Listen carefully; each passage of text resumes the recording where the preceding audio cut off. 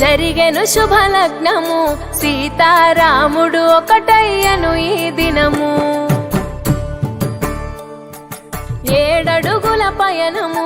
ఒకరికొకరు సొంతము కలిసి మెలిసి